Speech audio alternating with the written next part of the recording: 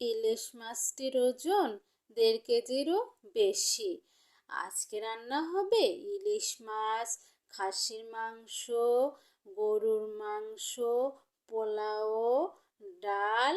আজকে যেন রান্নাঘরে জমজমাট অবস্থা। সকাল সকাল হেল্পিং হ্যান্ড বাজার করে নিয়ে এসেছে। আমি আজকে ঘুম থেকে উঠতে দেরি করে ফেলেছি। দুপুরের রান্নার প্রস্তুতি চলছে।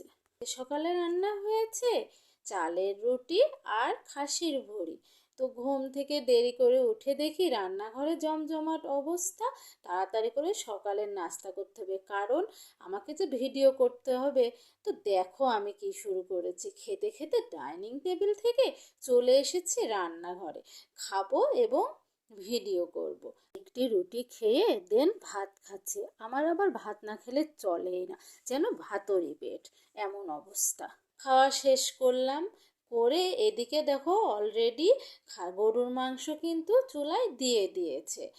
আর অন্যান্য কাজও কিন্তু একদম পুরোদমে শুরু হয়ে গিয়েছে। খাসির মাংস এখন চড়িয়ে দিতে হবে। গরুর মাংস কষাচ্ছে আর খাসির মাংস সব ইনগ্রিডিয়েন্টসগুলো দিয়ে দিয়ে দিল। তো দুটাই হতে থাক, চলো ওদিকে ইলিশ মাছের কি অবস্থা দেখে আসি।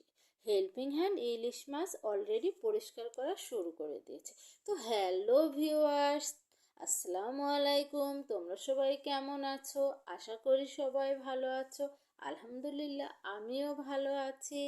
তো ইলিশ মাছের এখনও ডিমটা বের করা যাচ্ছে না, তাই এই অংশটা ভিজিয়ে রাখলো, কারণ এখনও বরফটা সম্পূর্ণ মাছ থেকে গলেনি। তো মাছ পরিষ্কার করতে করতে তোমাদের সাথে আরেকটি কথা শেয়ার করে ফেলি। আমি ভাতুরি পেট কেন বললাম জানো? কারণ সকালে ভাতও রান্না হয়েছে, রুটিও রান্না হয়েছে। সবাই কিন্তু রুটিই খেয়েছে, আর আমি রুটিও খেয়েছি, ভাতও খেয়েছি। ভাত না খেলে আমার যেন পেটটাই ভরে না। এই কারণে আমার পেটকে আমি ভাতুরি পেট করলাম। তো তোমরা কিন্তু এটার জন্য আবার হেসো না।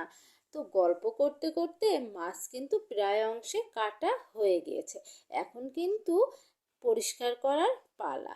পরিষ্কার করা হয়ে গেলে মাছটা রান্না হবে। তো আমি তো আছি মেজো আপনির বাসায়। মেজো আপনির বাসায় যে রান্নাগুলো আজকে হচ্ছে, এগুলো কিন্তু আমরাই খাবো। কোনো অকেশনও না, বা কোনো গেস্টও কিন্তু আসবে না। তো মেজো আপনির বাসায় বসে বসে খেয়ে খেয়ে আমি কিন্তু মোটা হয়ে গেছি। আমার ওজন কিন্তু বেড়ে গেছে। ইলিশ মাছের মধ্যে সব মশলাগুলো দিয়ে ভুনা করতে দিয়ে দেওয়া হলো। আর এদিকে তো গরুর মাংস রেডি।